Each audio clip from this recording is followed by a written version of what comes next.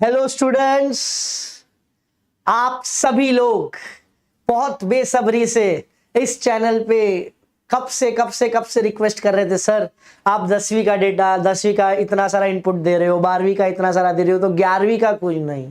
तो आज आप सभी लोगों की रिक्वेस्ट पर हम फिर से एक बार आपका धमाकेदार धमाल चैनल न्यू इंडियन एरा लेकर आया है 11th स्टैंडर्ड का एक बहुत ही धमाल बैच, जो पूरे साल आप लोगों के लिए बहुत सारी अच्छी चीजें, बहुत सारा मटेरियल, बहुत सारा आउटपुट लेकर के आने वाला है, जिससे आप बिना किसी डर के केमिस्ट्री, फिजिक्स, बायो, मैथ सबको फोड़ डालोगे। तो सबसे पहले आप सभी बच्चों का welcome to this channel. Let me introduce myself. This is Mustafa sir, the teacher of chemistry for this channel. Physical, organic, inorganic, applied, biochemistry सब एक साथ एक ही चैनल पे आपको मिलने वाला है। तो आप सभी लोगों का हाल ही में रिजल्ट आया 10वीं का। आप सभी लोगों ने बहुत अच्छे मार्क्स भी लाए होंगे। आई होप सभी लोग जो ये चैनल पे आए हुए हैं, जो ये सोच चुके हैं सर मैं कुछ ना कुछ साइंस में बनने वाला हूं, तो डोंट वरी, आप बिल्कुल सही जगह पे हो। क्योंकि साइंस ऐसी चीज है ना बेटा, जो सिर्फ बोल करके पास नहीं होती जाती। You require a lots and lots of hard work, और उस हार्डवर्क के लिए मेहनत हमें भी और आपको भी साथ में मिलकर करना है। क्योंकि खाली मैं पढ़ाता रहूंगा, आप देखते रहोगे, तो वो एक वीडियो बन जाएगा, वो एक पिक्चर बन जाएगी, जो 3 घंटे में आप हर कुछ दिनों बाद देखते हो और आप खत्म करके एंजॉय कर लेते हो। लेकिन हमको वैसा नहीं करना है। हम यहाँ पर पढ़ने आए, हम यहाँ पे सीखने आए, हम यहाँ पे लगन, उत्साह, मेहनत करने आए, जिसका आउटकम 2 साल बाद निकल के आएगा। ना तो ये साल मिलेगा, अगले साल जब आप आपकी एग्जाम लिखोगे 12th की, जब आपका एंट्रेंस एग्जाम लिखोगे, तब आपको पता चलेगा ये कितना इंपॉर्टेंट 2 साल का करियर था आपके लिए। क्योंकि अब आप जब साइंस में उतर चुके हो, जब आपने सोच लिया है कि मैं कुछ बनना चाहता हूं, तो मेहनत भी तो उतनी लगेगी ना मेरा बच्चा लोग, पक्का। तो आज के सेशन में इंट्रोडक्शन के साथ चैप्टर नंबर 1, बड़ा ही धमाल सा चैप्टर, जिसका नाम ही है some basic concepts of chemistry. The chapter is named as some basic concept of chemistry, का मतलब कि हम केमिस्ट्री के बेसिक्स को पकड़ेंगे। केमिस्ट्री हार्ड बिल्कुल नहीं होता। बहुत सी बार बच्चों लोग को ना एक फियर होता है कि sir chemistry is very difficult. Chemistry is never a difficult guys. Chemistry बहुत सिंपल है बच्चा लोग। केमिस्ट्री पढ़ने का तरीका सही से होना चाहिए। You should be able to learn how to actually learn the chemistry. सबसे पहली चीज तो वो रट्टा मारना, बैठ करके याद करना, दुनिया भर की चीजें रट लो करने की जरूरत बिल्कुल नहीं बेटा। क्योंकि 10वीं एक अलग दुनिया थी, 12th is a new different chapter for you, 11th 12th standard science is totally different for you। तो यहाँ पर आप लोगों को सही राह से पढ़ना जरूरी है। You should be able to know that what exactly is and how, what should I do, कैसे मैं करूँ, कैसे मैं पढ़ूँ, कैसे मैं कर सकता हूँ। बहुत सी बार वक्त निकल जाता है, हम क्या सोचते हैं कि सर मेरे से तो हो ही नहीं रहा। क्यों नहीं हो रहा बेटा? क्योंकि तू पढ़ नहीं रहा था। हमारे लिए दुनिया में डिस्ट्रैक्शंस बहुत है, और आप लोग आज उस फेस में हो, टीनेज फेस में हो, जहाँ पे आपके लिए बहुत डिस्ट्रैक्शंस है। Mobile, social media, web series, खेलना कूदना, हर चीज बहुत लगा हुआ है जिंदगी में। But make sure that if you want to become a successful, you have to overcome these all distractions। ऐसा नहीं बोलते कि आप दिन भर बैठ करके बुक लेकर के पढ़ते रहो, कीड़े बन जाओ, ऐसा नहीं होना चाहिए। बट आपको आपकी प्रायोरिटी समझनी है कि मुझे कितना पढ़ना है, मुझे कैसे पढ़ना है, क्या फ्लो में मैं पढ़ सकता हूँ, कितना मैं स्कोर कर सकता हूँ, हर बार मेरा प्रोग्रेस कैसे होगा, ये सब आपको ट्रैक करना है, ये सब आपको मेजर करना है। तब जाके तो एक सक्सेसफुल करियर बनता है, तब जाके तो रिजल्ट 12th स्टैंडर्ड का एंट्रेंस एग्जाम का भारी आता है। ऐसे ही नहीं आता है बेटा। अगली 12वीं में 6 महीने बाद जब नवंबर दिसंबर लग जाएगा, तब जाके जागोगे, तो बेटा हम भी कुछ नहीं कर पाएंगे, आप भी कुछ नहीं कर सकोगे। फिर होगा क्या? लास्ट में ऑप्शंस में चैप्टर डालोगे, कुछ पढ़ के जाओगे, कुछ नहीं पढ़ के जाओगे, एग्जाम में 50, 55, 60% आता है, और वहां से फिर हमारा करियर खराब होने लगता है। तो अब पहली शुरुआत, first step towards your career, successful career is over here, is towards the science, is towards the field what you have selected for your betterment of the life। बराबर बच्चा लोग? श्योर? अच्छे से चल। तो बेटा आज आज आज हम लोग शुरू करने वाले। सबसे पहले तो मैं चैप्टर वगैरह पे नहीं जाता हूं, पहले मैं केमिस्ट्री पे आता हूं। What is chemistry? बहुत सी बार हम लोग जब पढ़ते हैं तो हमको पता ही नहीं होता केमिस्ट्री क्या। सबसे पहले तो एक वर्ड लिख देता हूं, chemistry.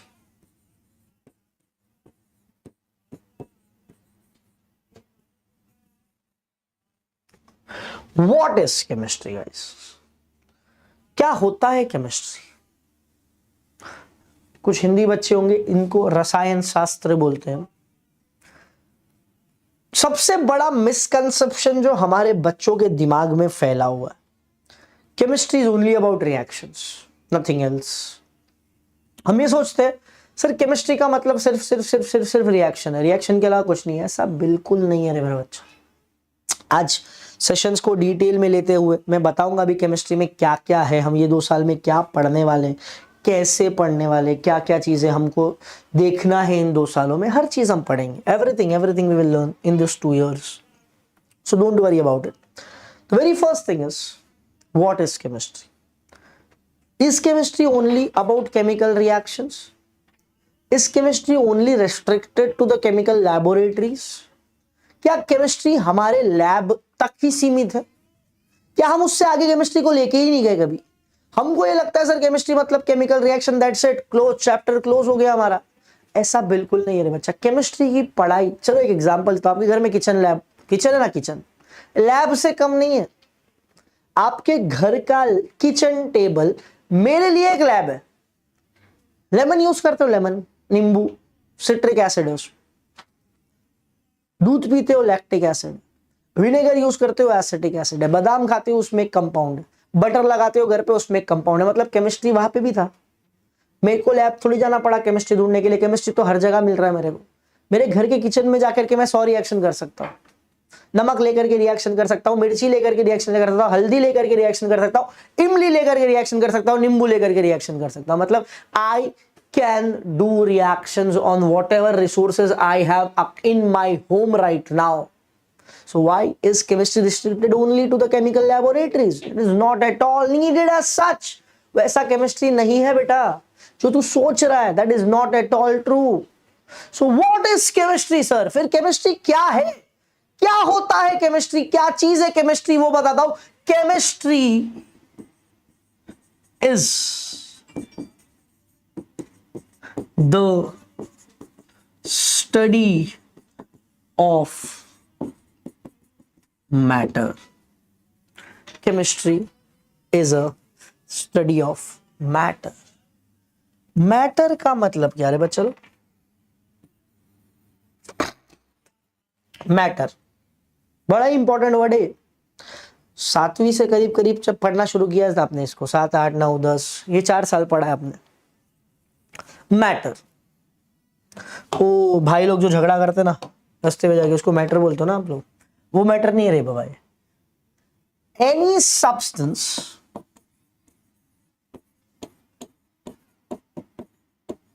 That occupies a space and have mass is called as matter. Any substance that occupies space and have mass is called as matter. हर वो चीज जो कुछ जगह ले रही है और जिसको खुद को एक मास है, वजन है, वो मैटर है। ले चलो मैं अपने आप को लेता हूं, अगर मैं यहां खड़ा हूं, मैं इस जगह पे, तो मैं इस जगह पे अर्थ का कुछ स्पेस ऑक्यूपाई कर रहा।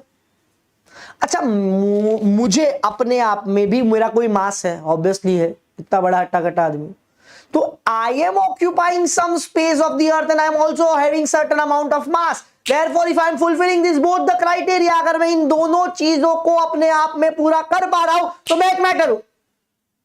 अरे बेटा तू भी एक मैटर है, मेरे हाथ में रखा हुआ ये पेन एक मैटर है, ये बोर्ड एक मैटर है, पूरी दुनिया मैटर है, because it is seen that the world is full of matter and if the world is full of matter and the chemistry is the study of matter, so chemistry is present everywhere around us. Chemistry दुनिया के हर क्षेत्र में, chemistry आपके आंखों के सामने है, आपके पैरों के नीचे है, हर जगह केमिस्ट्री है। There is chemistry everywhere around us. तो केमिस्ट्री की पढ़ाई, chemistry is not only the thing which is studied only in the laboratories और only through the reaction. Chemistry is the study of the world of the matter. Chemistry is present every corner of the world. So you have to study chemistry through anything. किसी चीज को भी लेकर के chemistry पढ़ लो आप। अब chemistry बहुत बड़ा है बेटा। केमिस्ट्री एक विशाल महासागर है जिसमें से कुछ ग्लास भर के पानी 2 सालों में पिएंगे। एक ओशियन में से बाल्टी निकाल के अपने को उसको पीना है बस। अब बच्चे लोग, हम लोग 2 सालों में इतना मेहनत करने के बावजूद भी अगर वो नहीं कर पाए तो फिर हमने साइंस के साथ अन्याय कर दिया। We have not done justice with our subject, as simple as that. हम कहीं ना कहीं चूक गए, हम कहीं ना कहीं रह गए। वैसा नहीं होना चाहिए और उसी से आगे बढ़ के आ जाओ। आज ये ठान लो सर, यस हम ये साल 2 साल पूरी जी जान लगा के मेहनत करेंगे and that's how you have to compete with this subject. Competition बहुत टफ है गाइस। बाहर निकलोगे जब 12वीं दे करके, 10वीं के बाद भी पता चल गया होगा कि कॉलेजेस में एडमिशन मिलना इतना आसान नहीं है। 90-95 लाने वाले को अपनी चॉइस के कोई एडमिशन नहीं मिलते। और अगर आप 12th के बाद आते हो बाहर, तो 12th के बाद तो लाइफ और बहुत बहुत कॉम्प्लिकेटेड है गाइस। डरा नहीं रहा हूँ, बता रहा हूँ, समझा रहा हूँ। मेडिकल वाले बच्चे तो बेचारे इधर उधर घूमते रहते हैं, एडमिशन नहीं मिलता। इंजीनियरिंग एडमिशन मिल जाता है तो यहाँ वहाँ की कॉलेज कोई मिल जाती है, कुछ मतलब नहीं रहता। So based on your merit work very hard. 10वीं में क्या किया क्या नहीं किया, पूरी बीती हुई बातें छोड़ दो, आगे आने वाले कल को देखो। बीत गई जो बात गई, आने वाले कल को देखो। हरिवंश राय बच्चन जी ने ये बात कही, अमिताभ बच्चन जी के पिता। ठीक है, तो अब जो हो गया वो हो गया, जो आने वाला है उस पर ध्यान देंगे। और जो अच्छा भी हुआ है, ऐसा समझेंगे कि 90-95% आ गया 10वीं में, तो ये ओवर कॉन्फिडेंस नहीं रहेगा कि 12वीं भी इतनी ही आसानी से निकलेगा। 12वीं बहुत मेहनत से निकलती, 11वीं 12वीं सब। ठीक है, तो अब मैं ले चलता हूँ आपको पहले केमिस्ट्री के ओवरऑल लुक पे कि केमिस्ट्री क्या चीज़ है।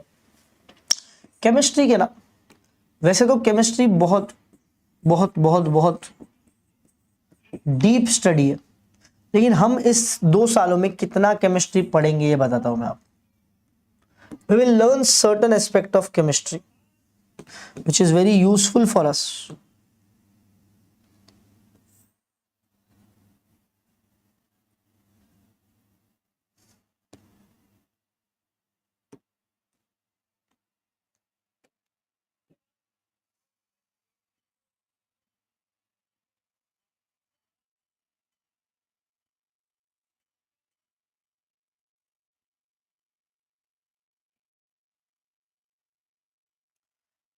हम लोग फिलहाल ब्रांचेस ऑफ केमिस्ट्री के बारे में बात कर रहे हैं। ब्रांचेस ऑफ केमिस्ट्री मतलब केमिस्ट्री कैसे कैसे पार्ट में डिवाइडेड है। अब केमिस्ट्री बहुत बड़ा है बेटा, तो आप केमिस्ट्री को उसके क्लासिफिकेशन के वाइज पढ़ लो तो ज्यादा थोड़ा बेटर रहता है हमारा पढ़ाई। ठीक है,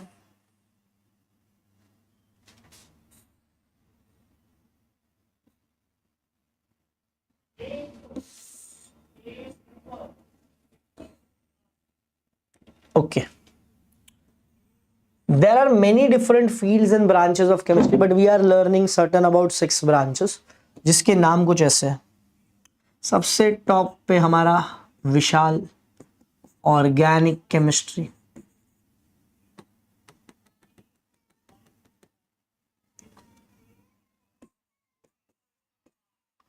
ऑर्गेनिक। फिर आ गया अपना इनऑर्गेनिक, फिर आ गया अपना फिजिकल, फिर आ गया अपना एनालिटिकल, फिर आ गया अपना बायोकेमिस्ट्री, और फिर आ गया अपना अप्लाइड केमिस्ट्री। ये 6 मेजर ब्रांचेस ऑफ केमिस्ट्री अपने को इस साल में 2 साल में पढ़ने। इसका मतलब ये नहीं कि केमिस्ट्री इतना ही है, और भी कई सारी ब्रांचेस है। फार्मास्यूटिकल्स, जेनेटिक, पॉलीमर केमिस्ट्री, बहुत बहुत कुछ है।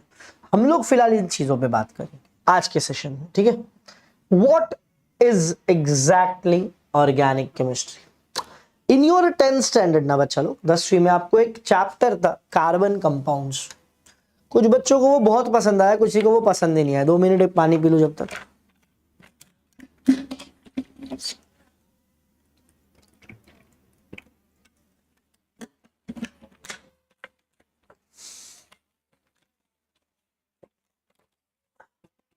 Now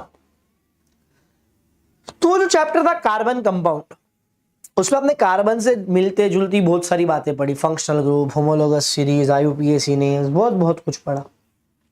so basically organic chemistry होता क्या? अ chemistry which deals with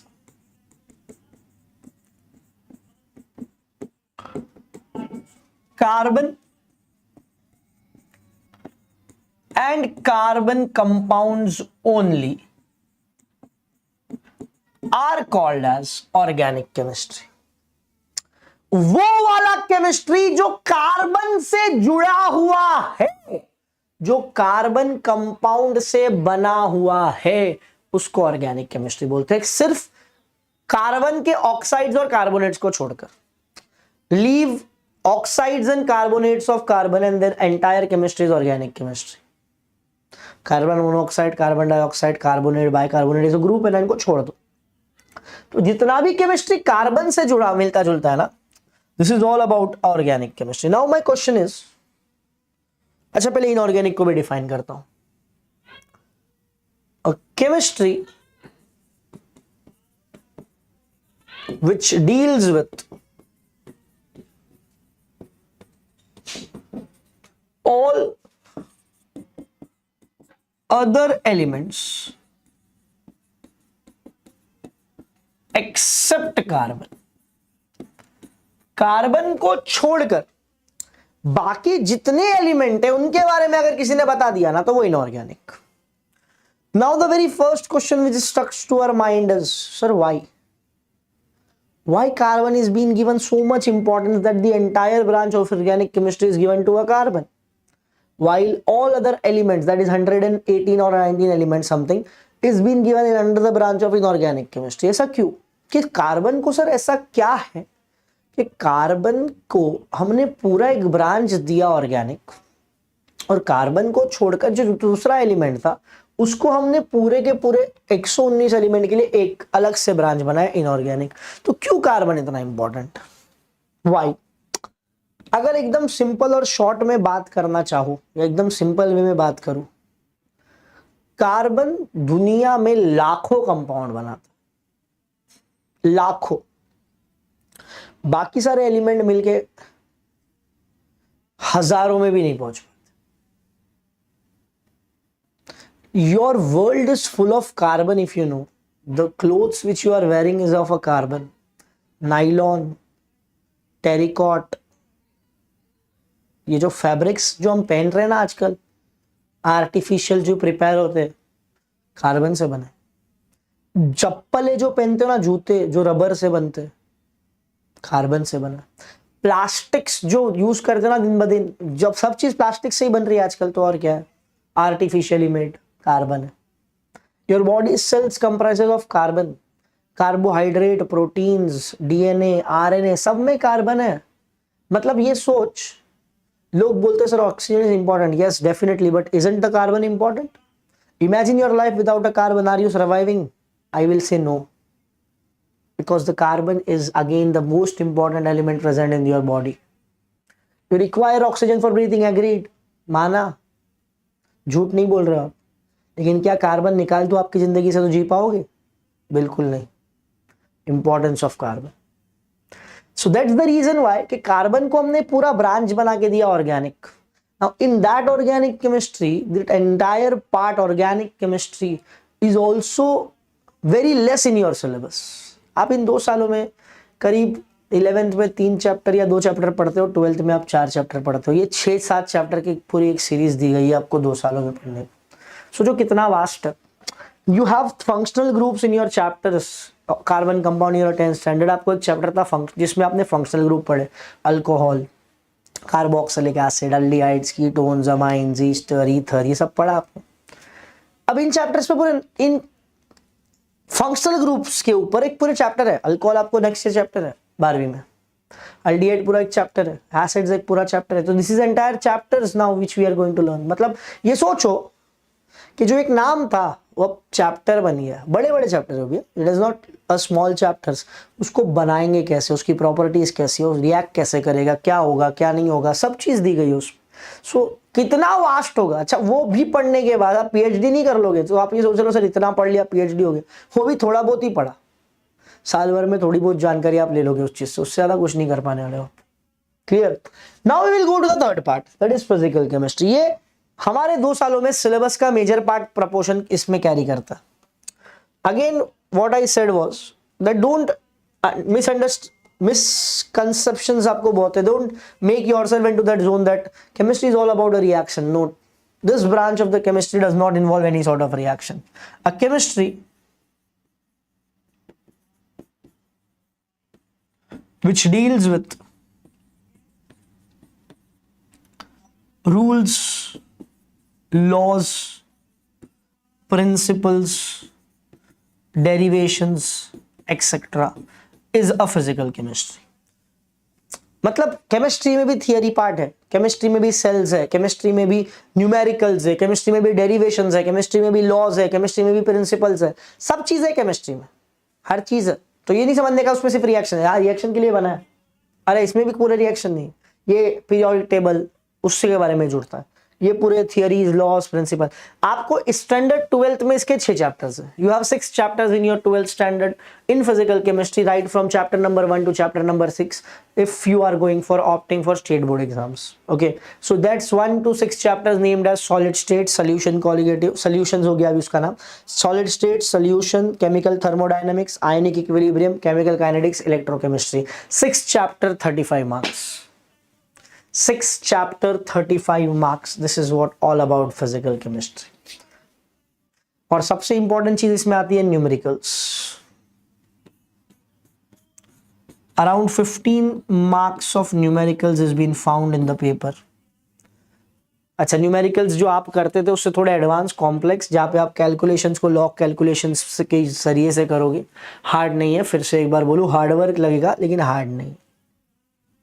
next thing is analytical chemistry. Now this chemistry is chemistry of analysis and researches and calculations.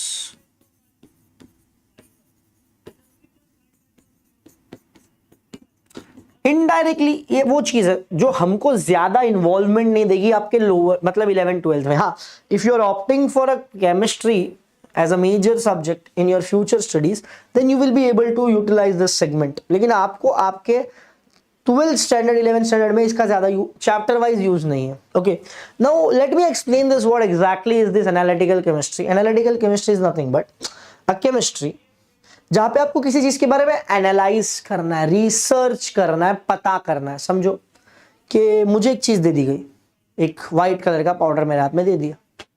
अब उस व्हाइट कलर के powder को समझो, अच्छा भाई अब जब जाओगे 10, 12, 11वीं 12वीं में लैब में, जब आप कॉलेज रेज्यूम होगा आपका, आप कॉलेज में जाओगे तो you will find that majority of the salts are white in colour, colourless ही होते हैं सारे, बहुत सारे कलरलेस। अच्छा, salt majorly we as a student think salt मतलब नमक, जो हर बच्चा सोचता है, कॉमर्स का, आर्ट्स का, हर बच्चा, और मैं भी यही सोचता था पहले। लेकिन हमारे केमिस्ट्री में वो सारे कंपाउंड जिसमें H और OH नहीं है वो सारे सॉल्ट है। MgCl2, CaSO4, CaCO3, MgHO4, ZnCl2 सब सॉल्ट। जिसमें H और OH नहीं आता है वो सारे सॉल्ट ही होते हैं। So all these are salt. जिसमें H आता है हम उसको एसिड बोलते हैं, जिसमें OH आता है हम उसको बेस बोलते हैं। तो if I am talking about salt, I am not talking about नमक जो खाने में डाल रहे हैं, वो भी अच्छा एक्चुअली आयनिक कंपाउंड NaCl, तो वो एक सॉल्ट है, लेकिन वो क्लासिफिकेशन सारे सॉल्ट के ही आते हैं, सारे सॉल्ट्स। तो हमको एक कलरलेस सॉल्ट दे दिया गया, समझो एग्जाम, अरे एग्जाम में क्या, लैब में, चल बेटा ये ले। अब आपको बोल देंगे इसमें क्या क्या चीजें वो ढूंढो। अच्छा, एकदम लोअर में, बेसिक में, हायर पे जाओगे तो कितना प्रपोर्शन में है, कितने परसेंटेज में है वो भी ढूंढो। मतलब एक चीज दी गई है आपको, इसमें क्या क्या है वो ढूंढ, कौन सा एलिमेंट कितना परसेंट है वो भी ढूंढ। मतलब ये सब चीज अपने को बोल दिया गया। Okay fine, understood. अब करना क्या आपको, आपके सामने से बहुत सारे केमिकल्स रखे होते हैं, आप हर केमिकल में उसको टेस्ट करते हैं। आप कैसे एक बुक होती है, देते हैं आपको यूजुअली, तो उसमें आपको पढ़ना है सॉल्ट में HCl मिलाओ, क्या हो रहा है देखो, एफरवेसेंस आ रहा है, मतलब that bubbles is coming out और नॉट, कोई वेपर आ रहा है, कौन से कलर का वेपर आ रहा है, स्मेल आ रहा है, क्रैकिंग साउंड आ रहा है, पॉप साउंड आ रहा है, एक एक करके टेस्ट परफॉर्म कर रहे हैं। आप सब टेस्ट परफॉर्म करने का, तो यू विल फाइंड दैट हाँ ये हो रहा है, ठीक है ये हो रहा है। अच्छा, उन लोग उधर लिख के देते हैं, अगर ये होगा तो ये वाला कुछ तो प्रेजेंट है, ये होगा तो ये वाला कुछ तो प्रेजेंट है। So all these step by step you will come to the final conclusion that my given compound containing this as cation and this is an anion. हर सॉल्ट कटायन एंड आयन से बन रहा है। For example magnesium chloride है तो Mg और Cl Mg2+ और Cl- ये तुम्हारे कटायन और आयन है। तो इस तरह से आपने एनालाइज किया, इस तरह से आपने आपके एक दिए हुए सॉल्ट का कुछ तो पहचान बनाया, तो इसको हम analytical chemistry. Your 12th standard board exam has acidic and basic radicals as your experiment. Compulsory experiment नहीं है, टाइट्रेशन कंपलसरी होता है, लेकिन 2 एक्सपेरिमेंट आपको आने वाले, या एसिड आता है या बेस आता है, दोनों में से नहीं भी आएगा, आ सकता है, आने के चांसेस भी होते हैं। तो ये रेडिकल टेस्टिंग होती है, ठीक है। तो ये एनालिटिकल केमिस्ट्री, जिसमें कैलकुलेशंस भी बहुत सारे करेंगे हम लोग साल भर में। इसके अलावा बेटा biochemistry, this chemistry is nothing but about the living organism. Chemistry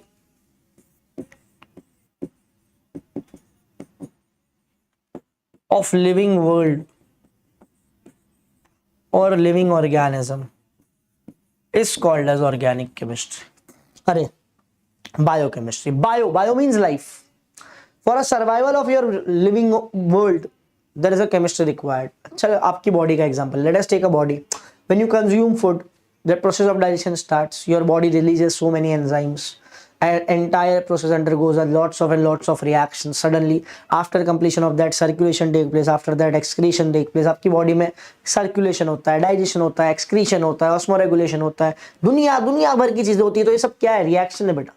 तो जिंदा रहने के लिए बॉडी ने रिएक्शन किया ना, बायोकेमिस्ट्री। अच्छा, प्लांट जब फूड बनाता है, प्लांट भी लिविंग ऑर्गेनिज्म है, प्लांट क्या करता है, फूड बनाता है, फोटोसिंथेसिस, क्या है, रिएक्शन है। Carbon is converted into glucose by using sunlight and water. So what is this? This is a reaction. So all these things comes under biochemistry, a very beautiful branch of chemistry. Biochemistry जो बच्चा medical नहीं ले पाता लेकिन उसको bio बहुत पसंद है, कुछ ना कुछ रीजन से, तो वो बायोकेमिस्ट्री प्रीफर करता है, जेनेटिक केमिस्ट्री प्रीफर करता है, पॉलीमर केमिस्ट्री प्रीफर करता है। तो ये सब चीजें उसमें जुड़ जाती है, ठीक है। अब आते हैं हम लोग हमारे अप्लाइड केमिस्ट्री पर। Next and the last one, applied chemistry के आपको स्टैंडर्ड 12th में 3 चैप्टर है, biochemistry, polymer chemistry, biomolecule, basically biomolecules, polymer, introduction of polymer chemistry, और एक लास्ट आता है आपको, that is green chemistry. This is nothing but the chemistry related to applications in today's world. जैसे कि मैंने बोला, I have already said you that you are living in the world of chemistry right now. Your entire process mechanism is been evolving around the chemistry. आप जो पहन रहे हो, आप जो यूज कर रहे हो, plastics, rubbers, everything is chemistry. अच्छा, आपकी बॉडी में जो चीज है, biomolecules, that is nutrients, carbohydrates, proteins, lipids, fats, nucleic acid, enzymes, hormones, all is chemistry, means all is belonging to carbon right now. So अगर हम इन सब चीजों को, मतलब जो आपके डे टू डे लाइफ से जुड़ा हुआ है, बायोमोलिक्यूल्स आपकी बॉडी में, आपके रोज की जिंदगी में आ रहा है। आप पॉलीमर मतलब आप जो थैली यूज करते हो, पॉलीथीन बैग केमिस्ट्री ने बनाया, पाइप्स यूज हो रहे, पीवीसी पाइप्स केमिस्ट्री ने बनाया, रबर केमिस्ट्री ने बनाया, पॉलीमर्स, ये सारे पॉलीमर्स है, these all are polymer. Poly मतलब बहुत सारी चीजों को मिला करके एक बना देना। When a small molecules when combined together forming a huge macromolecule, such compounds are called as a macromolecule. तो ये macromolecular है, सब macromolecular concepts। तो ये सब छोटी छोटी चीजों को जोड़ करके पॉलीमर बनाया, पॉलीमर ने एक पूरा केमिस्ट्री क्रिएट कर दिया। आज की दुनिया केमिस्ट्री की पॉलीमर से बहुत जुड़ी हुई है। Plastic, rubber, fabric, elastic properties, ये सब चीज केमिस्ट्री दे रहा है आपको पॉलीमर्स से होकर के। फिर आता है ग्रीन केमिस्ट्री पे। Green chemistry is again you are revolving around us. Chemistry, yes, it everything has a pros and cons. हर चीज की कुछ अच्छाई होती है, कुछ बुराई होती है।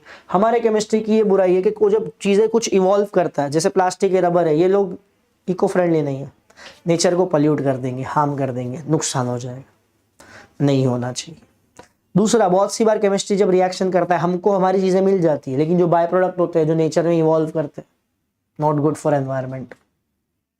तो ये सब चीजों को कैसे रोके, केमिस्ट्री को कैसे हेल्दी बनाया जाए, हमारे लिविंग वर्ल्ड को उससे क्या फायदा लेना चाहिए, क्या नुकसान है, उससे बचना चाहिए, वो सब चीज बताने वाला एक और छोटा सा चैप्टर दे दिया, green chemistry. So this is what your 11th and 12th would be looking like. This is how your chemistry would be looking like in this 2 years, and this is what you have to learn from me in this 2 years. ये सब आपको पढ़ना है। Book में क्या है ये मैं पढ़ाऊंगा, आप मेरे साथ पढ़ते रहो, बस और कुछ नहीं चाहिए। बहुत मजा आएगा रे बेटा, बहुत मजा आएगा। मतलब ऐसा समझोगे, एक बार पढ़ना शुरू किया ना तो you will enjoy everything, everything around you is chemistry. So this is what your chemistry is all about. Okay, so now we will start with the chapter number 1, जिसका नाम है some basic concepts of chemistry. Now we are starting this. This is the chapter number 1 of your syllabus. Some basic concept of chemistry. Chapter के नाम में ही बोला है basic concept, मतलब चीजें ऐसी जो बहुत बेसिक है, जो आपने आपके 10वीं में, 9वीं में, 8वीं में कहीं ना कहीं तो पढ़ी है, उसको हम रिफ्रेश करेंगे, रिविजिट करेंगे, जितना हो सके मैक्सिमम उसमें से लेने की कोशिश करेंगे और फिर आगे बढ़ते चले जाएंगे। ठीक है, तो let us start with this. आपके चैप्टर के फर्स्ट पेज पे ही दिया गया एक वर्ड जिसका नाम है मैटर। अभी हमने पढ़ा इसके बारे में, what is matter. So any substance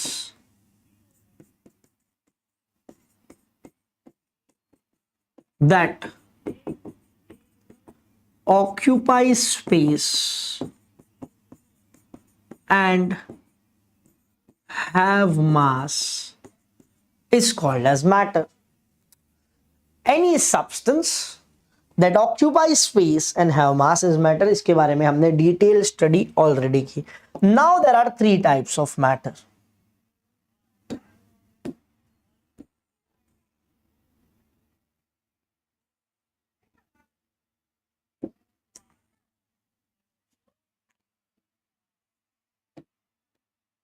Named as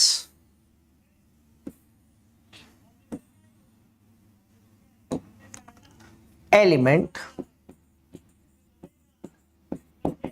compounds, mixtures. पहला एलिमेंट, फिर कंपाउंड, फिर मिक्सचर्स। ये सब वर्ड्स आपने आपके लोअर क्लासेस में, चैप्टर का नाम ये बेसिक कंसेप्ट, मतलब लोअर क्लासेस में पढ़े। ये अलग बात है कि शायद आपको याद नहीं है, या शायद आप भूल गए हो, शायद आप समझ नहीं पा रहे हो, कोई बात नहीं। 2 मिनट पानी पी लूं, फिर शुरू करता हूं फिर से।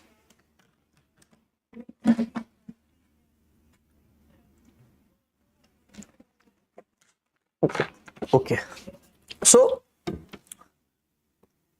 Elements,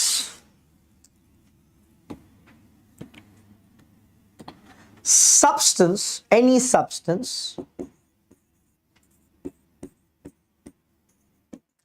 which cannot be broken down by any physical or chemical process is called as elements. एक ऐसी चीज जिसको आप ना फिजिकली तोड़ सकते हो ना केमिकली तोड़ सकते हो, वो अपने आप में बहुत बेसिक है। It is the most basic form of the matter which can not be broken down. Hydrogen atom है, ब्रेक नहीं होंगे। क्लोरीन के एटम है, ब्रेक नहीं होंगे। सोडियम के एटम है, ब्रेक नहीं होंगे। हाँ, रिएक्ट जरूर कर सकते हो, मिला दो किसी के साथ, ज्वाइंट हो जाएंगे, बॉन्ड बना लेंगे, टूटेंगे नहीं। बॉन्ड बनाने को तैयार है, टूटेगा नहीं। सो यहां पर you can say there are many examples like hydrogen, oxygen, etc. Then comes the concept called as compounds. What is compounds? Two or more elements combined together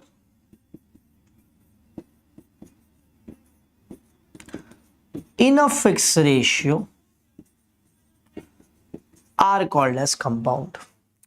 दो एलिमेंट को आप मिला दो, जैसे मैंने हाइड्रोजन के साथ ऑक्सीजन को मिलाया, मुझे वाटर मिला।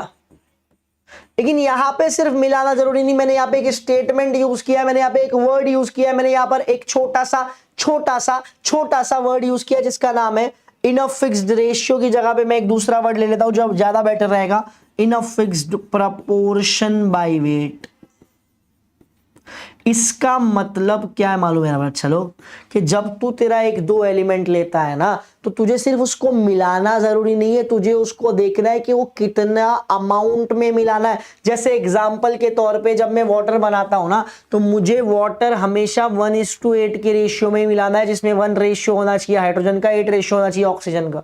इससे कम ज्यादा रेशियो नहीं चलेगा अपने को। मतलब ये 9 ग्राम वाटर में 1 gram is hydrogen, 8 gram is oxygen. आप बोलोगे सर 9 ग्राम है ना, 4 ग्राम ऑक्सीजन लेते, 5 ग्राम हाइड्रोजन लेते, चला लो। 6:3 ले लो, चलो ठीक है चला लो। नहीं चलेगा बेटा, हमारे रेशियो हमारे हिसाब से बदले नहीं जाते, वो फिक्स है, उसका वैल्यू फिक्स है, उसकी क्वांटिटी फिक्स है, उसका प्रपोर्शन फिक्स है। तेरे पास उतना है तो इतना वाटर बनेगा, नहीं तो वाटर नहीं बनेगा। इसका मतलब सिर्फ मिलाना जरूरी नहीं है, अपने प्रपोर्शन में, अपने वेट में, अपने रेशियो में मिलना चाहिए, तब जाके कंपाउंड बनेगा। और ये हर कंपाउंड के लिए होता है, सिर्फ वाटर के लिए नहीं है, ये हर कंपाउंड के लिए। हर कंपाउंड अपने एलिमेंट से जरूर बनता है, लेकिन एलिमेंट अपने प्रपोर्शन बाय वेट में फिक्स होना ही चाहिए। लॉस पढ़ेंगे आगे चैप्टर में, तो वहां पे और अच्छे से समझाऊंगा मैं। तीसरा मेरा बच्चा मिक्सचर। मिक्सचर इज टू और मोर substances combines in any proportion is mixture। यहां पे मैंने स्पेसिफिकली वर्ड यूज किया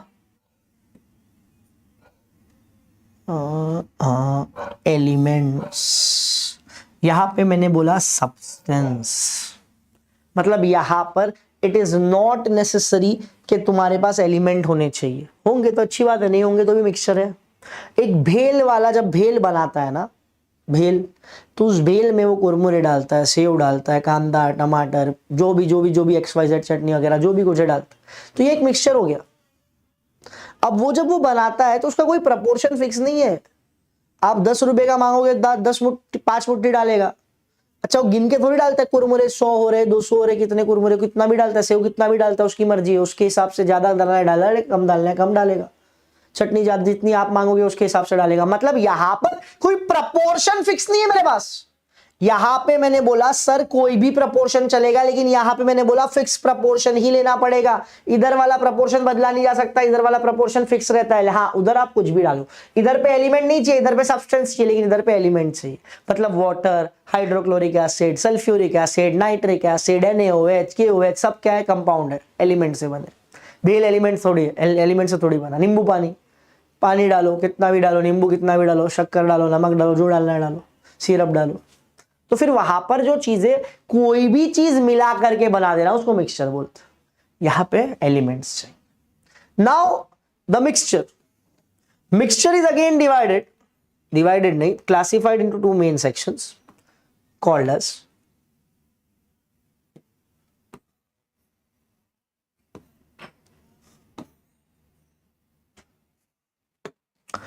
होमोजीनियस एंड हेटेरोजीनियस। होमोजीनियस का मतलब होता है सेम या फिर यूनिफॉर्म, हेट्रोजीनियस का मतलब होता है डिफरेंट। मतलब क्या? When you mix two things और वो अगर एक समान लेयर बना दे एक ही जैसा ऊपर से नीचे तक, तब हम उसको बोलते हैं होमोजीनियस। जैसे मैं अगर एग्जांपल ले लूं, शुगर इन वाटर, अगर आपने शक्कर को पानी में डाल दिया, शक्कर पानी में डालने के बाद घुल जाता है, कुछ समय बाद आप देखोगे तो आपको पूरा एक ही जैसा पानी दिखेगा, शक्कर थोड़ी दिखेगा बीच बीच में, नहीं दिखता। क्यों? क्योंकि वो यूनिफॉर्मिटी दे रहा है, वो सिंगल लेयर बना रहा है, वो पूरा का पूरा एक हो गया है। तो ऐसे सब्सटेंस जो एक बन जाते हैं पूरा मिक्स होके, उसको क्या बोलेंगे? होमोजीनियस। लेकिन कुछ चीजें ऐसी होती है, जैसे आपने समझो पानी लिया, पानी में आपने तेल डाल दिया। जब आप पानी में तेल डालते हो और कितना भी उसको मिक्स कर लो, अच्छे से हिला लो, जब वो शांत बैठेगा, जब वो सेटल हो जाएगा ना, you will find that the layer of oil will come on the top, the water will go down. The reason is they will not dissolve in each other and now they are forming a multiple layer. अब वो एक से अधिक layer बना रहे, वो लोग अलग अलग अलग अलग अलग लेयर में दिखाई दे रहे हैं, और जब वो अलग अलग लेयर में दिखाई देते हैं तब हम उसको बोलते हैं हेट्रोजीनियस। तो ये बन गया मेरा होमोजीनियस और ये मेरा बन गया हेट्रोजीनियस। क्लियर है बच्चा? पक्का? श्योर? नक्की? 100% समझ लो एवढा। तो ये हो गया मेरा एलिमेंट, कंपाउंड एंड मिक्सचर। एक बार फिर से डिफाइन कर दूं एलिमेंट, कंपाउंड और मिक्सचर को। सबसे पहले element, any substance which can not be broken down by any chemical और physical process is called as elements. Similarly, compounds, when two or more elements combine together in a fixed proportion by weight, weight fix होना चाहिए, proportion उसका, और element होना चाहिए, हम उसको बोलते हैं that is compounds। बट तीसरा वाला जो है वो है हमारा that is mixture, जिसमें आप कोई भी दो substance low, two or more substances mix together, combine together in any proportion। यहाँ पे कोई proportion का मतलब नहीं है, कितना भी डालो, कुछ भी डालो चलेगा। अब elements जो है ना उसके बारे में पढ़ते हैं।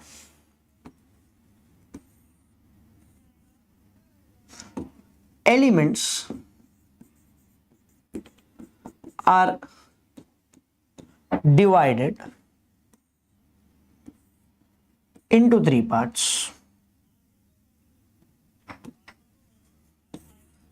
which are they?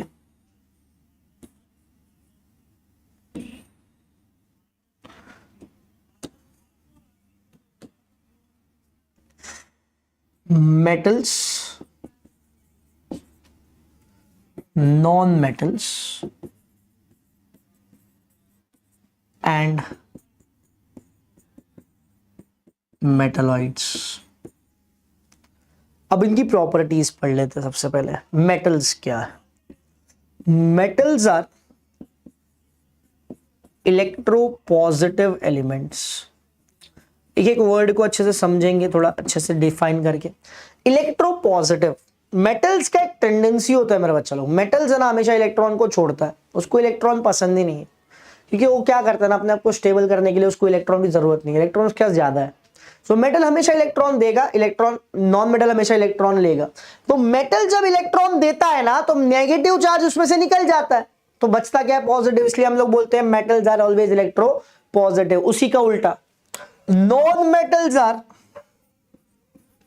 Electro negative elements. Metalloids के बारे में हमको कुछ नहीं लिखना। Metalloids are sometime metal, sometime non-metal. Metalloids are nothing but the element which possess the property of both metal as well as non-metal। तो ना तो वो पूरे मेटल है ना वो पूरे नॉन मेटल है, तो हम खाली हमारा राइट और लेफ्ट डिफाइन करेंगे, मेटल और non metal, that's it. Metalloid के बारे में जानकारी ज्यादा अपने को लेना नहीं है। उसके बाद metals are usually solid, exceptions के बारे में भी बात हो ही नहीं रही है, ठीक है। नॉन मेटल्स आर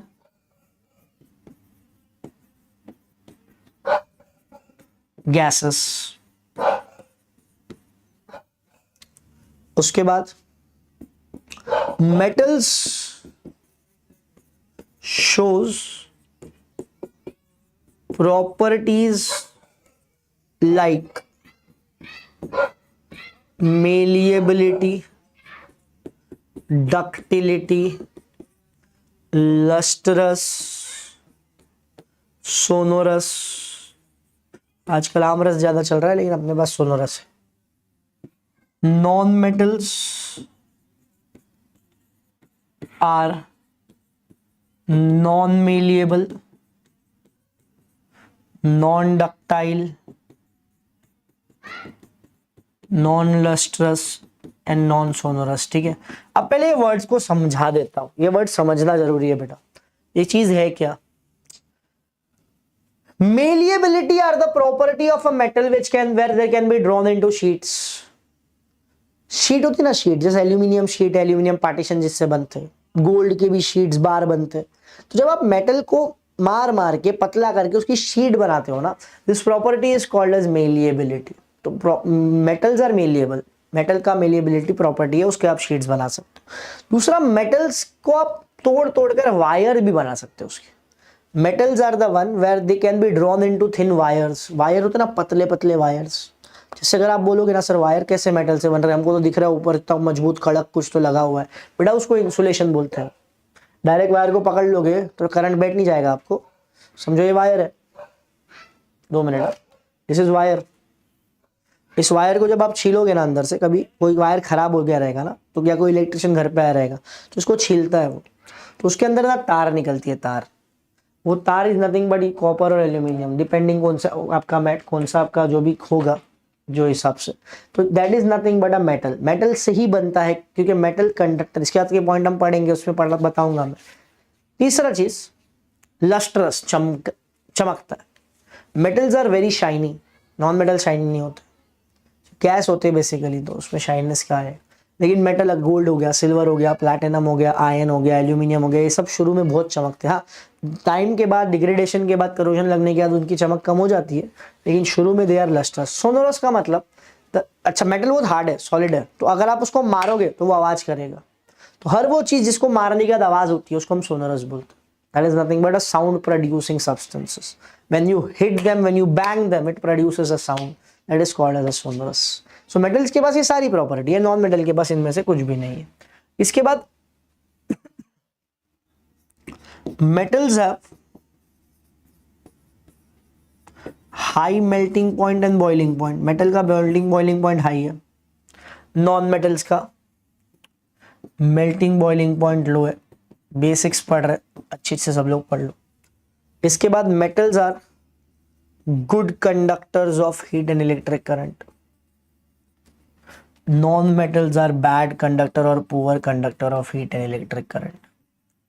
मेटल्स जो है ना, मेटल्स उसके अंदर से कंडक्शन पॉसिबल है, मतलब करंट आप पास कर सकते हो। जैसे मैंने बताया जो वायर होता है उसमें से करंट पास होता है, तो मेटल से बनता है, तो मेटल गुड कंडक्टर है। हीट भी, अब हीट का अगर एग्जांपल चाहिए तो आपके घर पे ना वेसल होता है ना, वेसल, यूटेंसिल, यूटेंसिल को जब आप रख देते हो इसके ऊपर, गैस के ऊपर, तो उस गैस से नीचे हीट है लेकिन गर्म ऊपर तक हो जाता है वो।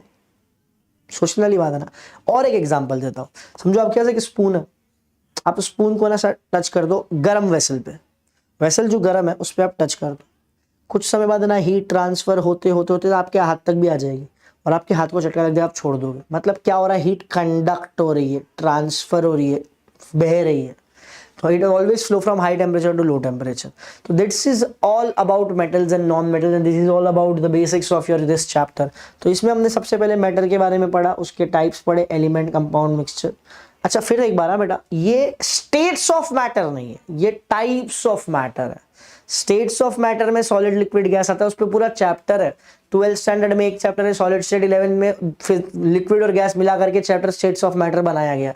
सो दीज आर चैप्टर्स बेसिकली। सोचो, अब ये सोचो कितना गहरा है हमारा पढ़ाई, कि अगर खाली हम सॉलिड, लिक्विड, गैस जिसको खाली एक स्टेट से जानते थे वो अब चैप्टर्स बन गए। सॉलिड स्टेट 12वीं में पूरा चैप्टर आएगा, 11th में लिक्विड्स और गैसेस के बारे में आप पढ़ोगे। इतने इतने लॉ है उसमें, Boyle's law, Charles law, Avogadro's law, Gay-Lussac's law, मतलब बहुत कुछ पढ़ने को है। There is ample and ample of studies left for you. Please do it carefully. The one thing I would say before I end my session is, there are many things to come, but the most important things for you all is to study right now. क्योंकि पढ़ेगा India तभी तो बढ़ेगा India. तो आज के lecture को and करेंगे। I am signing off for today. I hope you have loved my lecture. जिसको लेक्चर पसंद आ गया फटाफट लाइक करेंगे, क्या कमेंट सेक्शन में बताएंगे लेक्चर कैसा लगा, क्या आप चाहते हो मैं आप लोगों को पढ़ाऊँ। ऑब्वियसली ये आंसर तो मिलना ही चाहिए, तो रुका हुआ आपके आंसर के लिए। तब तक के लिए bye bye guys, take care, see you all, see you soon, love you all guys.